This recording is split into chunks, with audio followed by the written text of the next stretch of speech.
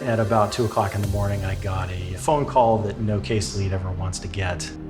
The threat actor had deployed the ransomware payload and encrypted virtually all of the client's environment, including all of their viable backups.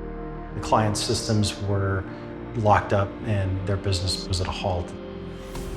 My name is Ben Chase, and I'm a principal consultant with Unit 42 at Palo Alto Networks. Our client noticed that there was unauthorized software running on one of their servers that looked really suspicious, being that it was a cloud-based file sharing software. They started looking around, they noticed it on a few other servers, and at that point they realized they had a real problem. That's when they called Unit 42.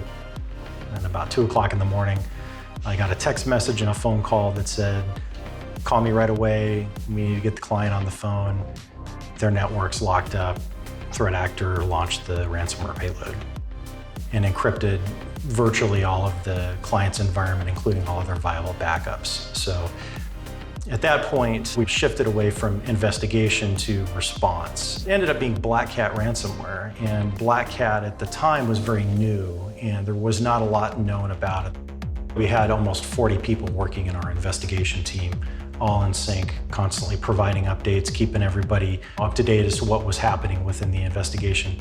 The embedded threat intel team was very effective at getting the information that was out there, putting it in the hands of our investigators, allowing them to pivot and find more information about what the threat actor was doing, where they had gone, and what they had taken. When we had an initial dialogue with the threat actor, they started reciting parts of the client's insurance policy. We knew at that point the threat actor clearly had been in the environment long enough to understand the client and what they were capable of paying. We advised the client that we wanted to deploy Cortex XDR throughout their entire environment so that we could get the visibility we need to understand, was there a threat actor still in the environment? What were they doing? What did they access? We concluded negotiations, they made a payment.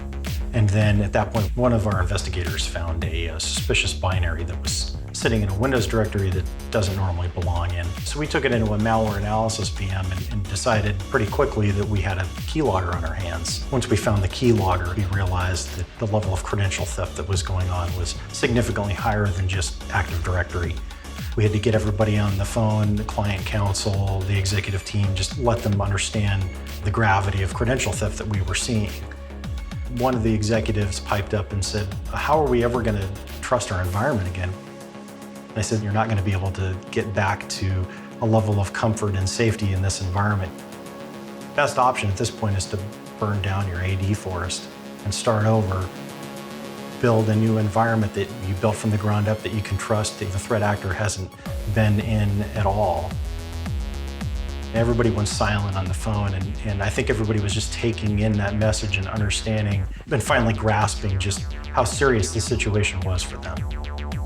One good thing that came out of this whole circumstance for the client is that we were able to educate them on a lot of the gaps and holes in their organization, both in policy and process, so that they understood at that point what they needed to do to bring the organization forward. They've been working with our proactive services team ever since to perform that transformation and come out of this circumstance a lot stronger.